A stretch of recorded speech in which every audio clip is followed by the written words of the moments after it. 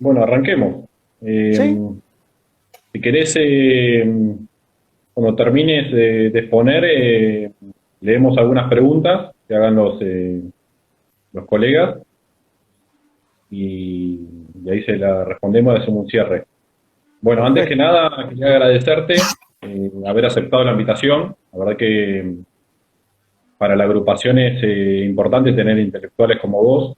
Eh, En lo particular, nada, yo te aprecio, sos un profesional que tiene una trayectoria que es indudable. Eh, Creo también que sos un intelectual muy importante para lo que es la abogacía, más para lo que es hoy en día los colectivos abogadiles. Creo que sos un referente desde el punto de vista intelectual.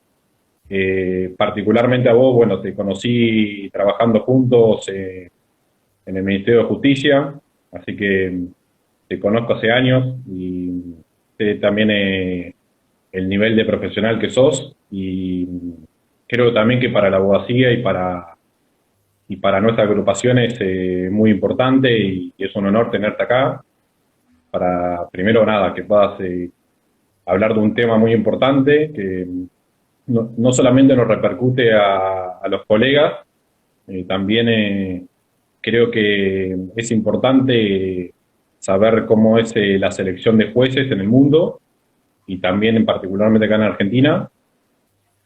Bueno, dado esto, quiero comentar un poco a los colegas y a todos los que se están sumados. Eh, César Grau es profesor superior universitario, ex candidato al Consejo de Magistratura de Nación por el estamento de la abogacía de la matrícula federal. También es vocal titular del Tribunal de Enjuiciamiento del Ministerio Público Fiscal de la Nación y hoy en día nos va a hablar sobre la selección de jueces en el mundo. Un poco la charla va a estar dividida en tres ejes generales. Uno va a ser a quién se elige, eh, quién elige y cómo se elige. Así que, bueno, de nuevo agradecerte, César, por haber aceptado la invitación y te cedo la palabra. Muchas gracias, Paul. Muy lindas tus palabras. Y el agradecido soy yo, a vos y a la agrupación Abogados Unidos por invitarme y poder abrir este foro de debate, de intercambio de ideas entre colegas. Todos los que van a estar acá conectados, en su inmensa mayoría, van a ser abogados y abogadas de la profesión, con lo cual va a ser muy interesante el intercambio. Y quería hacer, antes de entrar de lleno en cómo son los sistemas en el mundo, tres pequeñas consideraciones previas. En primer lugar, el nivel de descrédito que tiene el Poder Judicial y la justicia en Argentina, ¿sí? Las estadísticas de las instituciones, por ejemplo, el Observatorio de la Facultad de Ciencias Sociales de la UCA, establece el índice de confianza en el Poder Judicial en el más bajo de todas las instituciones. Solamente el 11% de la población confiaría en el Poder Judicial. El segundo tema, es decir, este es un punto para tener bien presente, ¿sí? Que estamos en una etapa de total descrédito y desconfianza en la institución judicial, en el Poder Judicial en Argentina. El segundo tema traigo como colación a Chesterton cuando escribe su obra Pequeña Historia de Inglaterra. Pequeña le pone, y en realidad es una obra monumental y que recomiendo su lectura a cualquiera que quiera conocer un poco Inglaterra. Y hace una especie de cruce de ideas con Kipling, un premio Nobel de literatura también de origen británico, en donde comentan la historia de una persona que había recorrido todo Inglaterra, se conocía todos los clubes, todos los juzgados, todas las instituciones, todos los ríos, todos los bosques de Inglaterra, conocía hasta el más mínimo detalle de la geografía y de las ciudades de todo el país. Y Chesterton reflexiona, porque esta persona nunca había salido de Inglaterra, conocía toda Inglaterra, pero nunca había salido.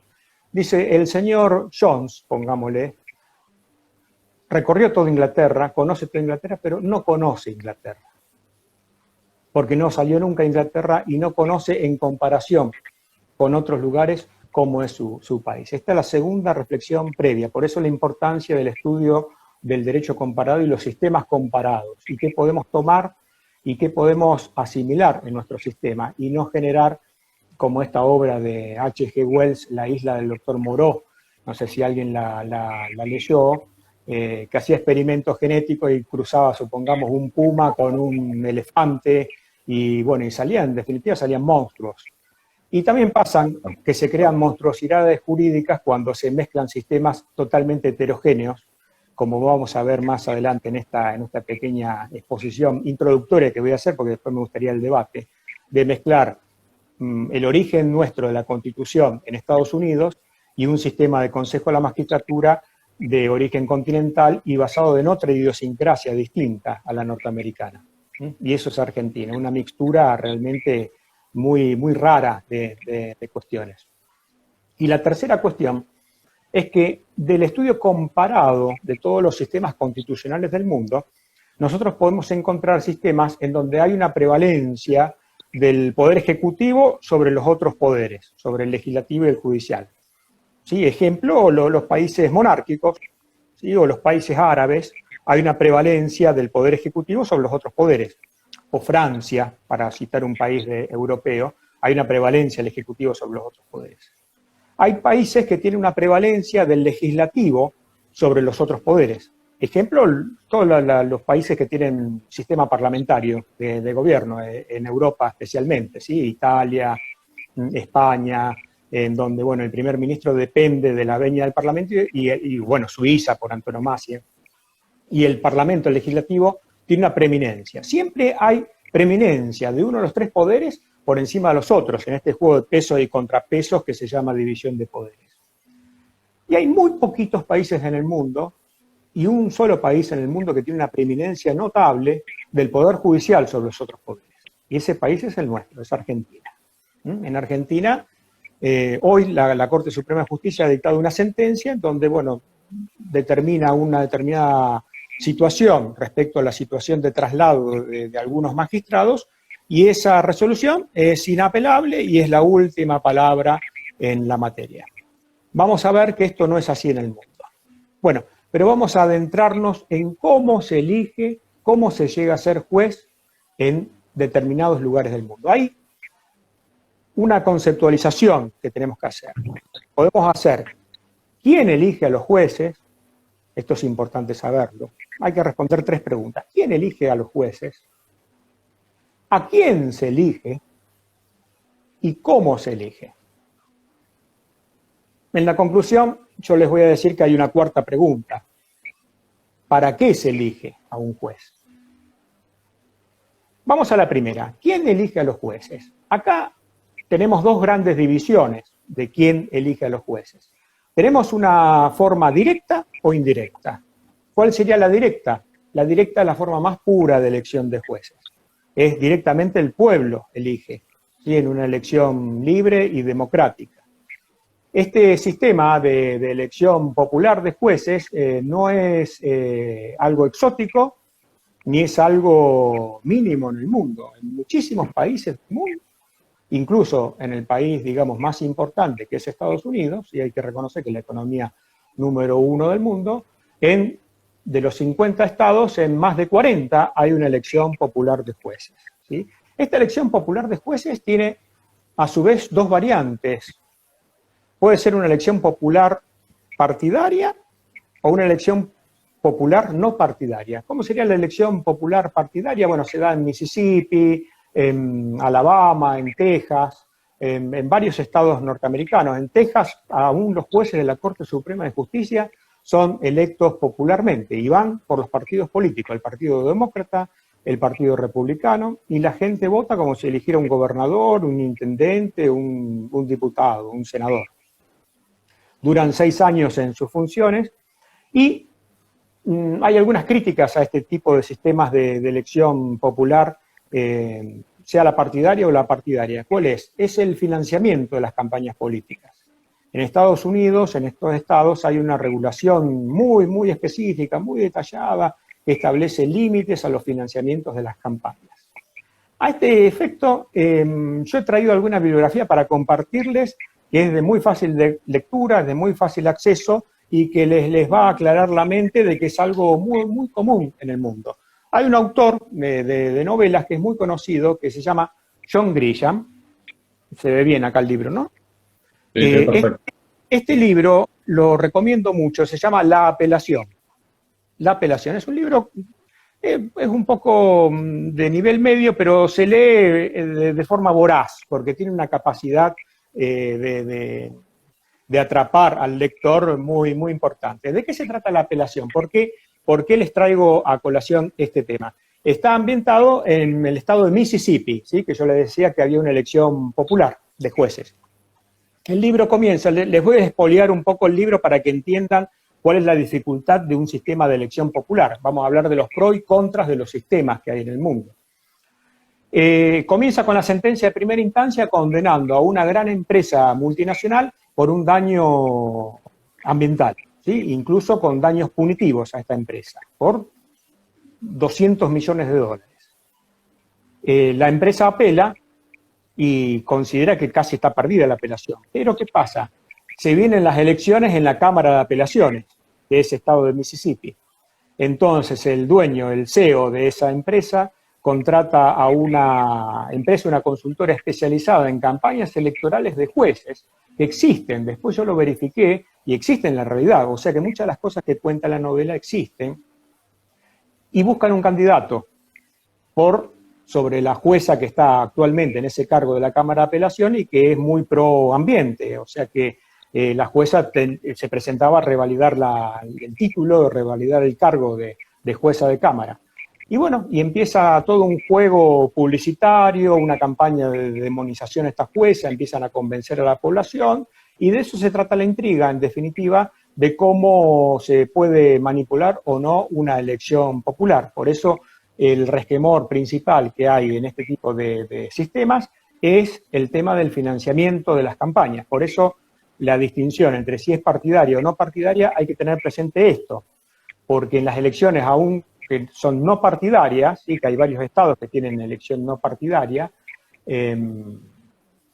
también se da el tema de que no vamos a tener jueces asépticos. Claro. Consultoras, empresas importantes van a financiar esas campañas. Pensemos en Argentina si fuera elección popular de los jueces de responsabilidad civil, ¿sí? Las compañías de seguro no sé si estarían tan ajenas al interés de quién resultara electo. ¿Sí? Yo para ponderar, quiero ponderar y tratar de ser justo en poner todos los pros y los contras que hay en cada cuestión. Ahora, ¿qué tiene a favor la elección popular de jueces? Que se da, bueno, ya dije en Estados Unidos, se da en nuestro hermano país de Bolivia. El Estado Plurinacional de Bolivia, con la reforma constitucional del año 2009, estableció un sistema de elección popular de jueces, incluso la Corte Suprema de Justicia, por un plazo de 6 años, en forma apartidaria, ¿sí? Los jueces van con un sistema de boleta única, como es el que está implementado en la provincia de Santa Fe. El sistema de elección popular no es ajeno a nuestra idiosincrasia, aunque parezca mentira. En Argentina, la Constitución bonaerense de 1873 establecía la elección popular de los jueces de paz. Este sistema estuvo vigente, incluso dio lugar a una sentencia de la Corte Suprema bonaerense porque muchos sectores cuestionaron el carácter de que pueda elegirse popularmente a un juez. O sea que el tema de la tensión entre la democratización o no de un poder, especialmente el Poder Judicial, no es nueva, ¿eh? Ya en 1873 estaba latente la cuestión. La Corte dijo que era constitucional, pero delegó a una reglamentación que debía ser el gobernador y que mientras se hiciera esa reglamentación, el gobernador podía cubrir los cargos. ¿Qué pasó en concreto? El gobernador nunca reglamentó porque podía designar a los jueces directamente él. Y acá pasamos al sistema de elección indirecta de jueces. ¿Cómo son las elecciones indirectas? En contraposición de la directa, que es la popular. La indirecta es la elección donde uno de los poderes del Estado elige, ¿sí? El poder ejecutivo, el poder legislativo o el poder judicial se autoelige. O una mixtura de estos poderes, ¿sí? El ejecutivo con acuerdo del Senado, sería el legislativo, o con una remisión por parte del Consejo de la Magistratura, que en nuestro país integra el Poder Judicial, es decir, intervienen los tres poderes. Acá tenemos todo este juego de situaciones. Las designaciones indirectas de jueces por parte del Ejecutivo es propia de los sistemas monárquicos. Por ejemplo, el sultán de Omán, quiero decir, el rey de Arabia Saudita, Bahrein, Brunei, todos esos países directamente el Ejecutivo, que está en cabeza del rey, del sultán, del emir, designa y remueve a los jueces, ¿sí? Incluso, bueno, en Arabia Saudita tiene una vertiente muy religiosa. Sabemos que el wahabismo, que es una de las vertientes del Islam, es la predominante, y bueno, tienen que salir de ahí directamente, aplican lo que es la Sharia, que es una ley religiosa, hay una confusión entre religión y poder civil. La elección que es interesante, indirecta, es la hecha por el legislativo, y acá me voy a detener un poco porque el legislativo es lo más parecido o lo que más se asemeja a la voluntad popular, ¿sí? Porque son los representantes elegidos más masivamente por el pueblo, ¿sí? O sea que más variada es la representación. En este caso tenemos, por ejemplo, Suiza, en donde, bueno, en Suiza, curiosamente, no hay división de poderes. En Suiza hay un solo poder, que es el pueblo, representado en la Asamblea Federal.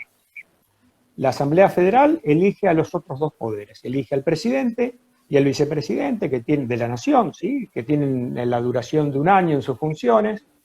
El vicepresidente va a ser el presidente una vez vencido el plazo del presidente anterior, es decir, que ya sabe que va a ser presidente al otro año. Los jueces de la Corte Suprema Suiza lo tengo acá anotado, son 38, y son electos por la Asamblea Federal. El Estado plurinacional también de Suiza tiene una representación lingüística en su Corte Suprema. 23 son de lengua alemana, 13 son de lengua francesa y 4 representantes de la lengua italiana. La lengua romanche, que es el cuarto idioma en Suiza, no tiene actualmente representación. También duran 6 años en sus funciones.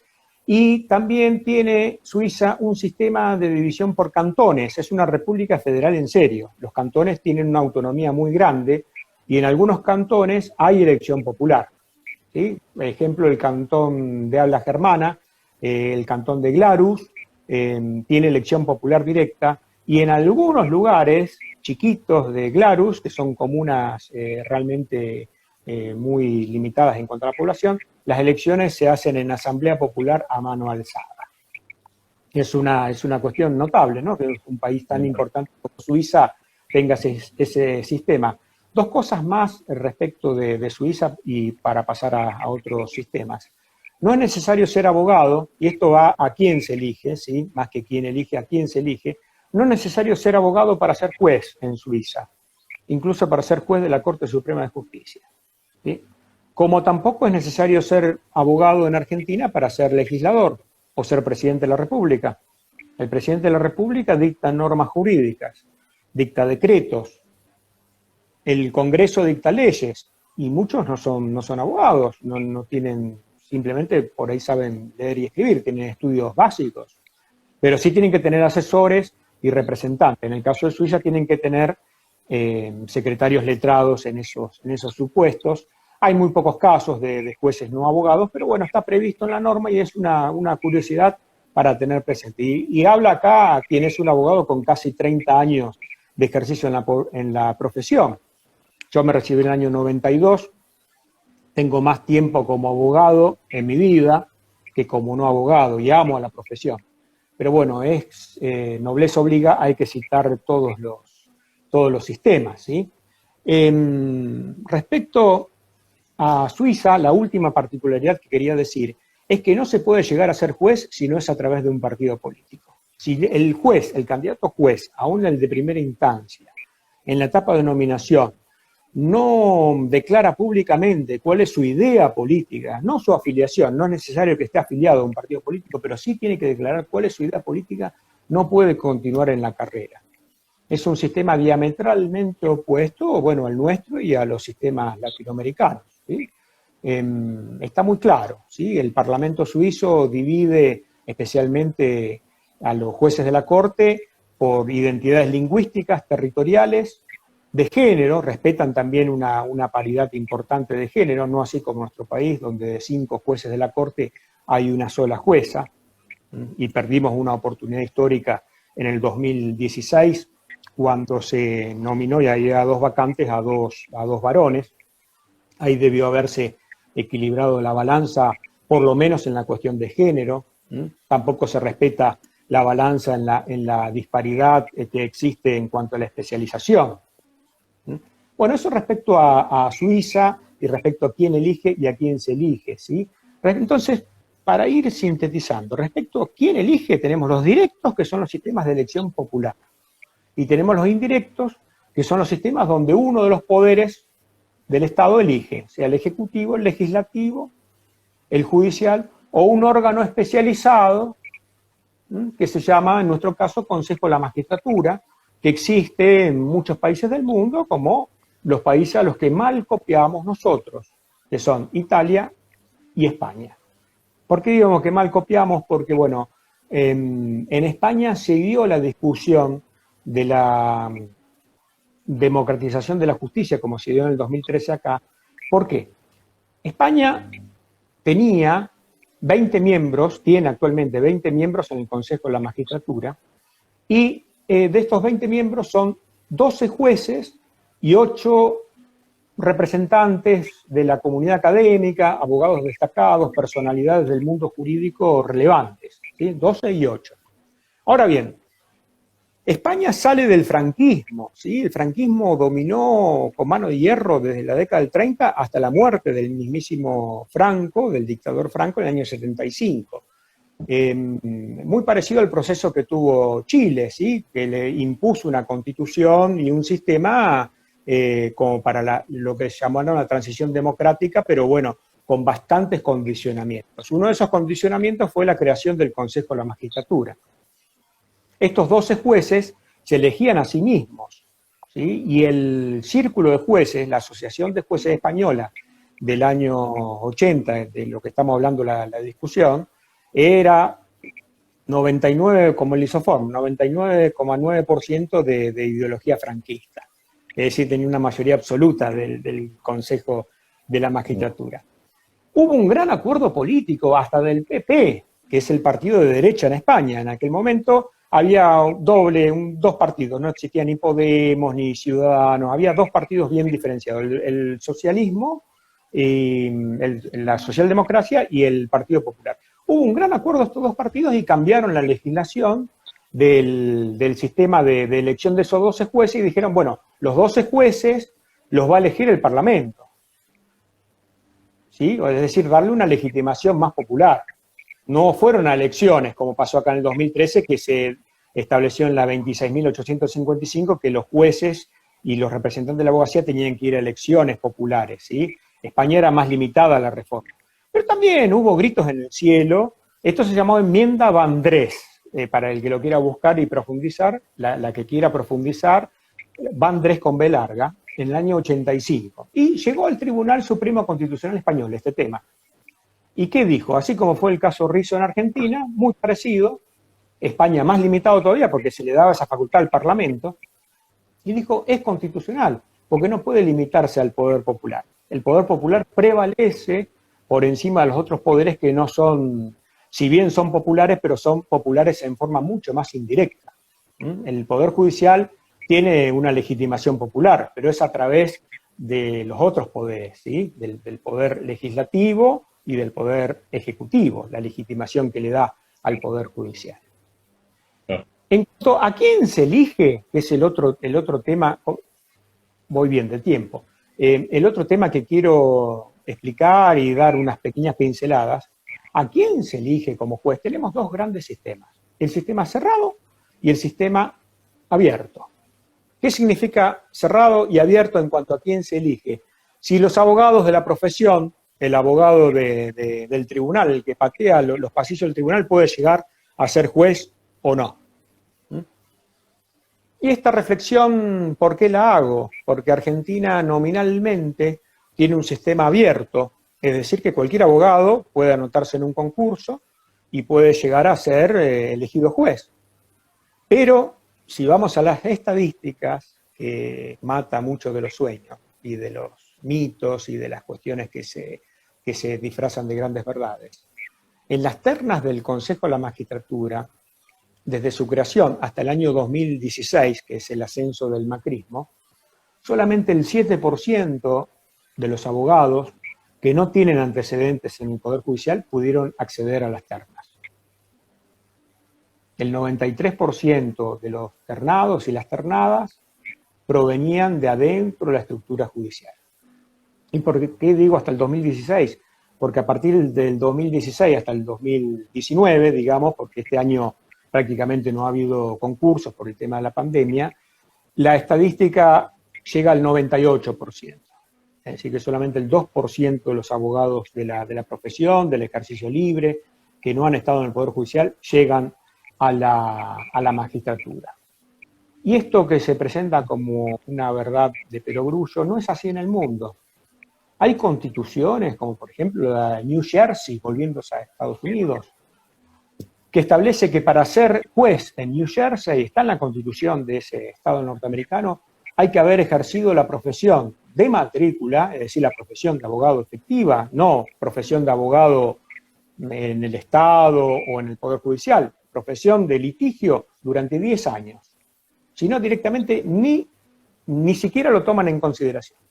Y el examen que lo toma el Senado de New Jersey, el examen de oposición, está delegado o tercerizado bajo el control del Colegio de Abogados, la barra de abogados de New Jersey. Ahí también César, ahí también está lo que es la Constitución de Japón y la de Bolivia, que también son casos similares.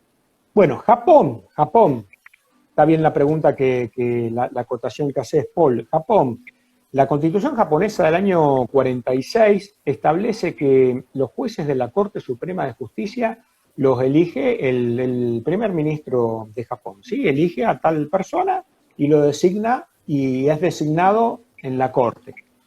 Pero en la primera elección legislativa, es decir, a los 2 años, la población de Japón, todo el pueblo, elige tal persona, ejemplo, no sé, Juan Pérez, por decir, no sé, en japonés, sí o no, continúa o no continúa, quiere que siga este juez o no, es decir, que tiene que tener un porcentaje más positivo de continuidad, porque si gana el no, cesa inmediatamente sus funciones, y si gana el sí, se renueva su cargo, queda revalidado por un plazo de 10 años. Este sistema también existe en algunos estados norteamericanos, como por ejemplo Arizona, es el modelo, lo que se llama el modelo Arizona, que en lo particular yo propongo, hasta ahora es una voz en el desierto, que se aplique este sistema japonés o el sistema de Arizona para la elección del Procurador General de la Nación, que aprovechando que está el cargo vacante. Es decir, que el presidente puede nominar al procurador, pero en la próxima elección legislativa, supongamos el año que viene o en el 2000, preferentemente que no coincida con una elección presidencial, el pueblo que elija y que diga, bueno, quiero que siga o que no siga como Procurador General de la Nación, teniendo presente la característica que el cargo de procurador tiene una incidencia muy importante, es unipersonal y representa los intereses generales del pueblo y la defensa de la legalidad, más con el nuevo código acusatorio en donde los fiscales van a tener una importancia superlativa, ¿sí? Y de Bolivia, bueno, ya lo dije, hay un estudio muy interesante de Álvaro García Linera, donde analiza cómo era el que fue vicepresidente de Evo Morales y el alma mater de la reforma constitucional, ¿no?, boliviana. Muy interesante leer la obra de García Linera, donde analiza cómo era antes el sistema boliviano, cómo se elegían los jueces en Bolivia antes. Lo elegía la Corte Suprema. La Corte Suprema de Justicia elegía a los jueces inferiores, es decir, que es lo que se llama un sistema vaticano, ¿sí? Se denomina un sistema vaticano, cerrado, endógeno, un sistema que se aplica también en República Dominicana, en algunos países, especialmente latinoamericanos, ¿sí? Subero Isa que fue presidente de la Corte Suprema Dominicana, hablaba de soberanía del Poder Judicial. Que el Poder Judicial no es autónomo, sino que es soberano. ¿Sí? Y acá también va otra reflexión filosófica, ¿no? Que vamos a dejarla para el debate. ¿Dónde reside la soberanía de un Estado? ¿Dónde reside la soberanía de un país? La respuesta a bocajarro que uno debe dar es el pueblo. ¿Sí? El preámbulo de la Constitución norteamericana comienza diciendo "we the people", nosotros el pueblo.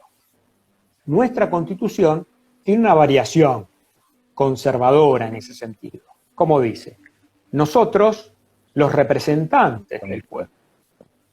Ahí hay una pequeña diferencia, no tan pequeña, ¿no? El diablo metió la cola ahí. No es lo mismo el pueblo que los representantes del pueblo. ¿Quiénes son los representantes del pueblo? Bueno, puede ser el Ejecutivo, puede ser el Legislativo, puede ser el propio Poder Judicial. En Estados Unidos, y con esto dejo de hablar tanto de Estados Unidos, el presidente Andrew Jackson en el año 1824 fue el más votado y no fue electo presidente. Fue el más votado por lejos, pero como tiene un sistema de colegio electoral, eligieron a Adams, Quincy Adams, como presidente. Aceptó, siguió trabajando, se presentó en las elecciones de 1828 y cuando asumió en enero de 1829 se da lo que se llama la Revolución Jacksoniana, en donde establecía un principio de reformas revolucionarias, precisamente porque establecía la elección popular de todos los cargos federales, de que todo debía pasar por el tamiz popular. Eso se llama la tesis jacksoniana y que abreva en los padres fundadores de la Constitución de la línea de Jefferson. ¿Sí? La Constitución norteamericana tiene dos grandes líneas, una línea federalista, como se le dice, que más bien de tinte conservador, que es la que abreva nuestra Constitución del 53, y una tesis o línea demócrata o antifederalista en el sentido de que no le daba tanto poder a los estados constituidos, sino que confiaba más en el pueblo. ¿Sí? La otra tesis decía que las pasiones populares podían provocar desbordes revolucionarios. Tengamos presente que Estados Unidos se independiza en 1776, 1789 es la Revolución Francesa. Muchos franceses estuvieron en la Revolución Norteamericana, ¿sí? Por ejemplo, Lafayette y tantos otros, y el movimiento jacobino estaba latente en Estados Unidos, como también estuvo latente en nuestro país. ¿Sí? Mariano Moreno era un jacobino confeso, ¿sí? Un partidario de medidas extremas. Y entonces yo les decía que respecto a quién se elige puede ser abierto. Por ejemplo, en Inglaterra no se puede llegar a ser juez si no se ha sido abogado de la profesión, barrister, antes. ¿Sí? Hay dos categorías de abogados en Inglaterra, los solicitor, que son los abogados más llanos, y los barrister, que son los abogados, digamos, que ya litigan en cualquier tipo de tribunal. Esos abogados son los que llegan a ser juez. No se puede llegar a ser juez si no se ha sido abogado de la profesión. Esto es importante tenerlo presente, le estoy diciendo, varios lugares de Estados Unidos, Inglaterra, le nombré Suiza, podemos hablar de, bueno, Japón, Israel, otro país para tener presente. Israel tiene un consejo de la magistratura realmente muy dinámico y muy interesante para tener presente, ¿sí? Con una representación, digamos, de la abogacía, del Poder Ejecutivo, del Legislativo. No hay una preeminencia de una corporación judicial. Y en Israel no se puede declarar la inconstitucionalidad de algunas leyes. Ellos encontraron una vuelta muy, muy creativa. Ellos se independizan en el año 1947, inmediatamente muchos de los países árabes no reconocen la independencia de Israel. Entonces la convención constituyente que estaba convocada se constituye en primer parlamento israelí, el Knesset se llama parlamento en Israel. Entonces, como era la convención constituyente, todas las leyes que dictaba tenía rango constitucional.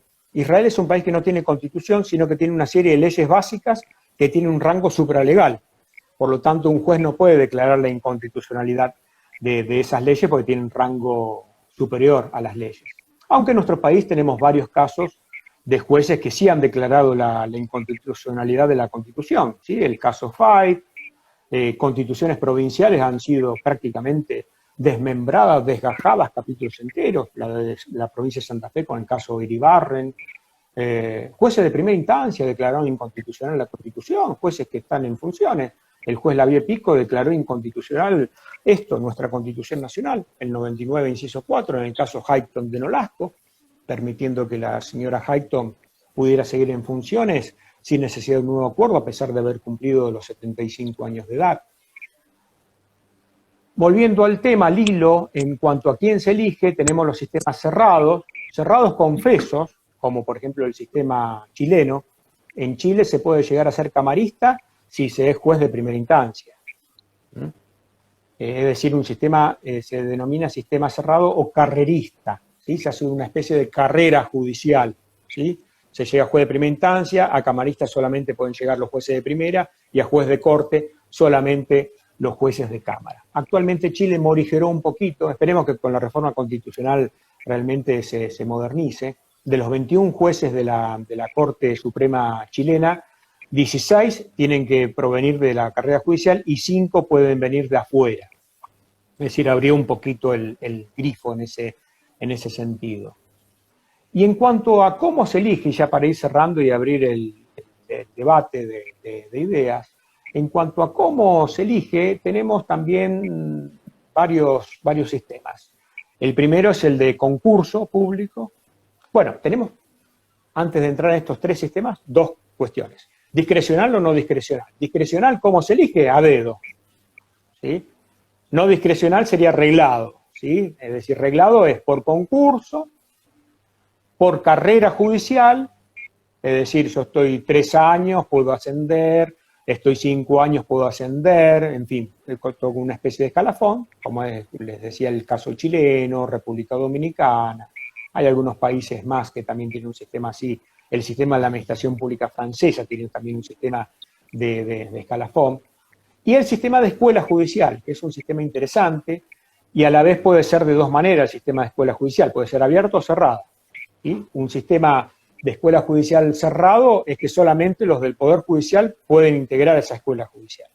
Y un sistema de escuela judicial abierta es que cualquier persona, cualquier abogado y abogada pueda tener acceso a esa escuela judicial, terminada la etapa de capacitación, sale como juez o jueza. Ese es el sistema holandés. ¿Sí? En Holanda es muy interesante el sistema holandés. Un 50% de los jueces y juezas se destinan a personas que vengan de afuera del Poder Judicial, ¿sí? Tienen que venir con personalidad relevante, antecedentes, es decir, que se oxigena. Y el otro 50%, por lo menos, ¿sí? Después hay ciertos porcentajes flexibles, tiene que salir de lo que sería este sistema de capacitación continua. Es decir, que se estudia para ser juez y jueza. Cuando se va pasando a una etapa ya final de esta especialización, que dura varios años, se entra como juez o jueza adscripto a otro juzgado, con un juez ya nombrado en forma definitiva, entra como una especie de cojuez o de conjuez en ese juzgado, se va preparando. Si después todas las evaluaciones, porque tiene evaluaciones internas de ese mismo juez y externas de este Consejo de la Magistratura holandés, que es un modelo para tener presente, puede ser nombrado como juez o jueza definitiva. Este es un sistema muy interesante para tener presente. Y el sistema holandés, que tiene muchísimas más tareas y trabajo para hacer, tiene solamente 120 empleados. Otro dato de color, ¿no? Tiene menos de 10 veces la cantidad de empleados que tiene nuestro Consejo de la Magistratura Nacional. Por eso un sistema de escuela judicial tiene que ser un sistema realmente abierto, abierto a la abogacía en general, a los abogados de la profesión. Si no, el Poder Judicial se va a seguir cerrando sobre sí mismo y eso no es bueno. No es bueno el encierro y el encapsulamiento, porque se aleja de las necesidades reales de la sociedad. Y por último, y no quería dejar de comentar, yo que me había quedado en el tintero, experiencias de elección popular en Argentina, estaba en la provincia de Buenos Aires. Actualmente hay 2 provincias que tienen elección popular de jueces a nivel comunal, que son la provincia de La Pampa, el artículo 100 de la Constitución de La Pampa, lo pueden chequear, y la Constitución de la provincia de Chubut establece también la elección popular de jueces comunales en determinados los municipios de segunda categoría catalogados en la propia Constitución chubutense. Así que bueno, este es un poco el pantallazo, hay muchísimos más temas para comentar, pero quiero dejar lugar a las preguntas para que tengamos tiempo en darle el tratamiento que se merece. Y bueno, muchas gracias por el espacio para hacer esta pequeña introducción y disparador de ideas. Perfecto, César. La verdad que el gusto nuestro tenerte acá. Estamos agradecidos con los colegas de la agrupación. La verdad que este es el inicio del ciclo de charlas que arranca hoy. La semana que viene a todos los que están escuchando pueden también sumarse a la próxima charla y la vamos a hacer por el mes de noviembre y diciembre y seguramente vamos a seguir el año que viene, porque también le queremos dar herramientas y conocimiento a todos los colegas que practican la profesión y que creen que el derecho es tiene que ser una herramienta para todos y siempre pensando en la justicia social, que es un poco lo que nos guía. Ahí vamos a esperar a que nos hagan unas preguntas, si querés te las leo y en base a eso le respondemos y hacemos un cierre, porque creo que nos deben quedar 15 minutos, 10 minutos. Exacto. Quedaron muchas más cosas en el tintero, pero prefiero que hagamos un intercambio de ideas para que sea útil. Ahí había preguntado un colega, ¿no considera que la justicia entra en contradicción con la democracia? Bueno, es lo que yo decía al principio. Tenemos un sistema constitucional en donde hay una preeminencia indebida del Poder Judicial sobre los otros dos poderes. El control de constitucionalidad, por ejemplo, que nuestro sistema es difuso, no se aplica en muchísimos países del mundo. Se presenta como una verdad revelada que solamente hay dos sistemas posibles, que es el sistema de constitucionalidad difuso o el concentrado. ¿Sí? El concentrado a través de un tribunal de constitucionalidad, y es la tesis que sostiene, por ejemplo, el doctor Zaffaroni, a quien respeto muchísimo, pero que en este tema disiento diametralmente con la opinión de Zaffaroni. Zaffaroni es defensor de la tesis de los tribunales de constitucionalidad.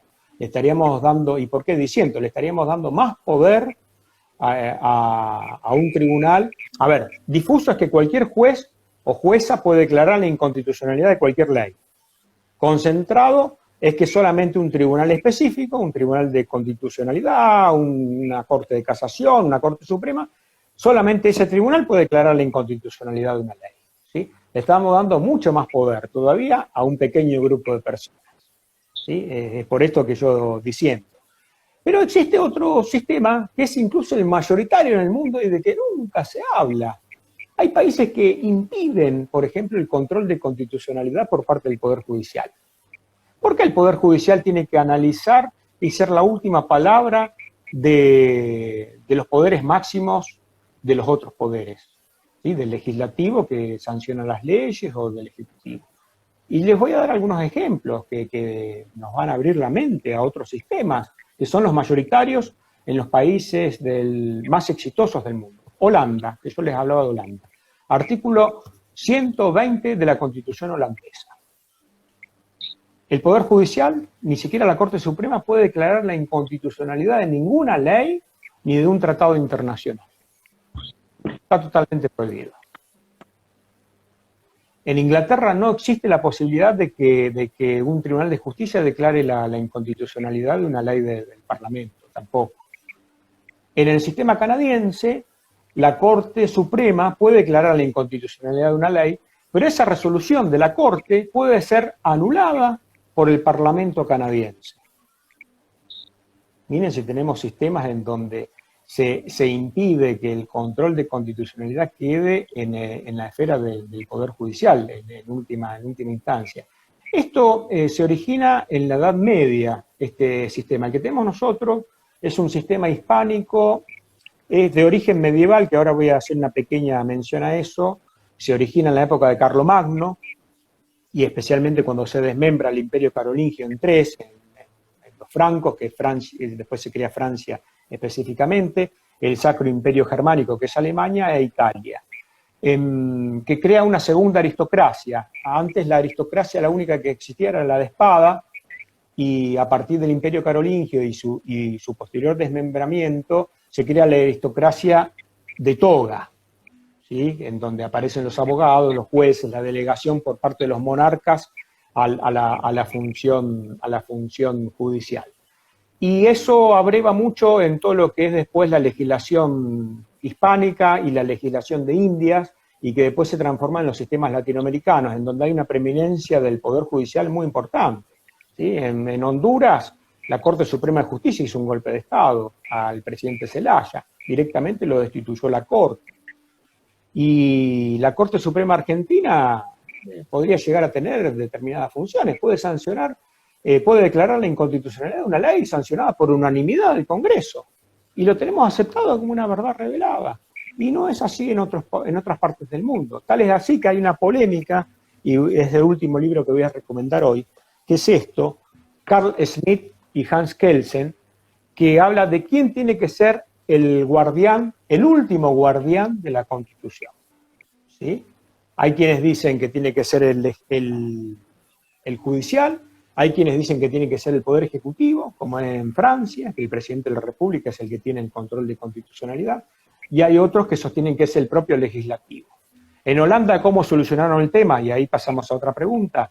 Previamente a la sanción de una ley, sí, la Corte Suprema puede despedirse y puede evacuar consultas. Hay una sala específica de la Corte que puede decir si la ley está en consonancia con la Constitución o no. Y esa opinión sí es tenida en cuenta, pero es previo.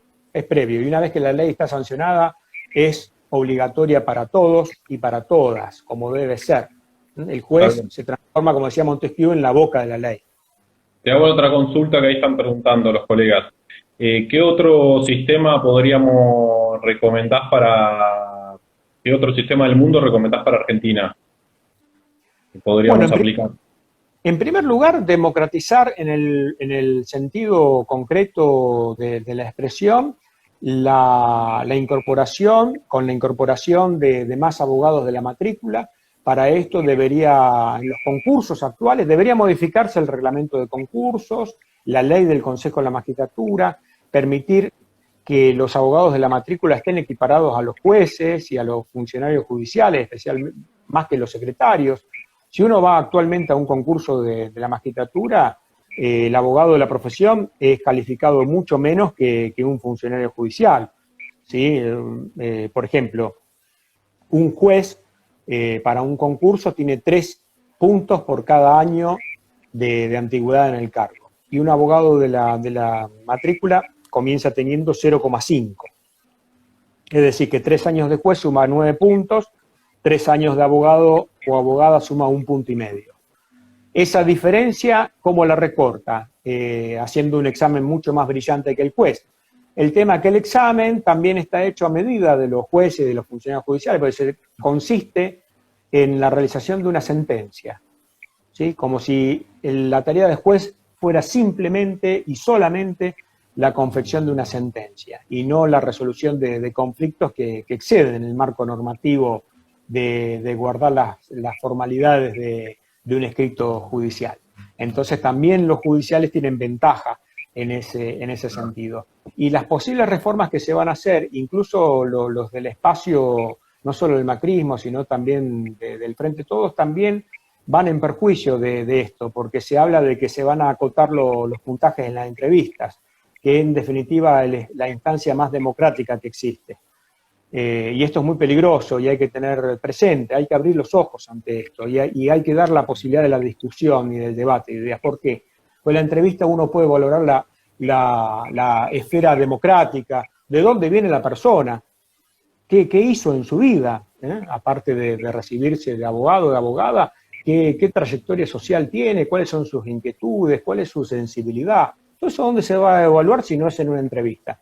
Entonces, si eliminamos la posibilidad de la entrevista, directamente pasamos a un sistema cerrado absoluto, y en vez de tener el 93% de personas del Poder Judicial electos como jueces y juezas, vamos a tener el 100%. Va a ser un sistema totalmente endogámico. Entonces, democratizar el Poder Judicial, permitiendo la llegada de abogados y abogadas de la profesión, ese es el primer paso.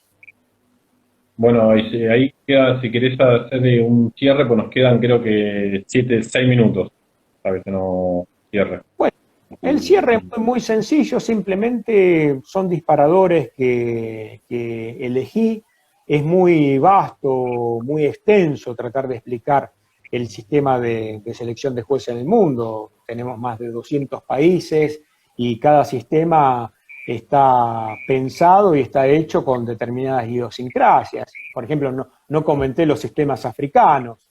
Hay países de África donde los jueces son designados por potencias extranjeras para garantizar la seguridad jurídica de determinadas inversiones que hacen en esos países.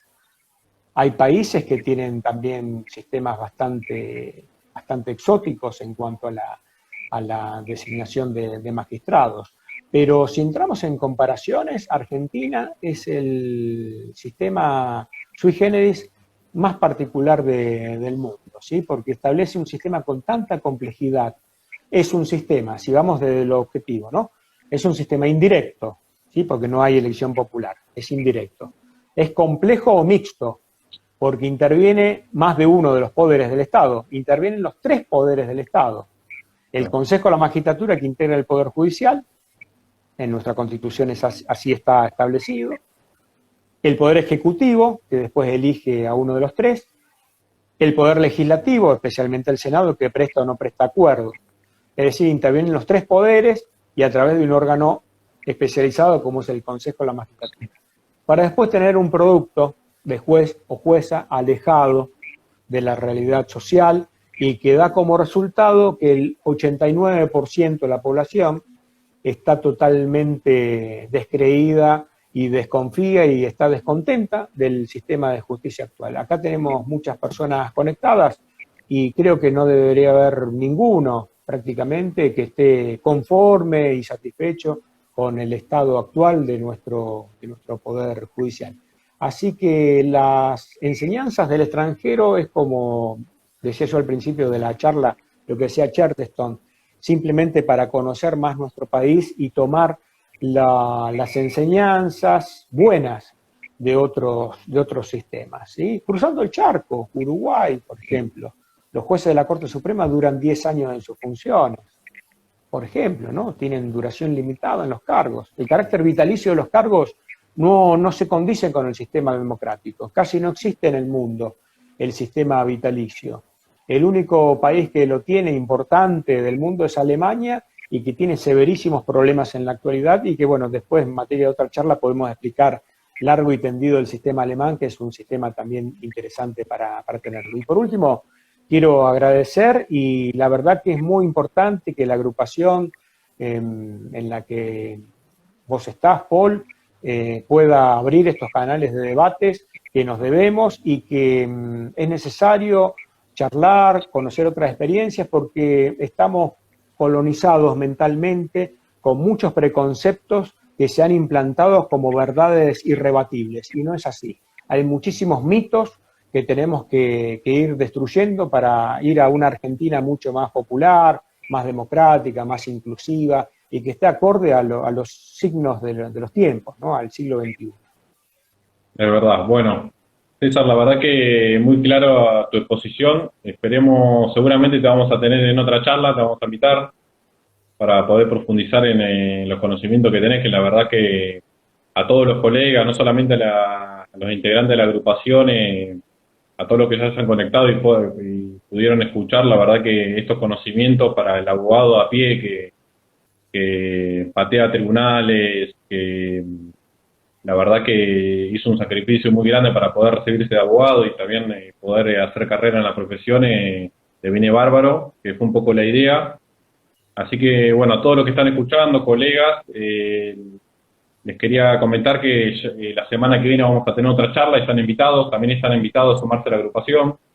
Esta es una agrupación muy amplia desde el punto de vista académico. Tenemos diferentes profesionales de universidades privadas y públicas, y un poco la idea es esto, es fortalecer a lo que es la abogacía y, bueno, en este colectivo abogadil que empezamos a formar con un grupo de colegas. Queremos darle una herramienta a lo que es a la abogacía y también a todos los colegas que cotidianamente patean tribunales y son parte de nuestra hermosa profesión. Así que bueno, César, una vez más agradecerte haber venido a hablar unas palabras y poder expresarnos y transmitirnos tus conocimientos, que la verdad que son admirables.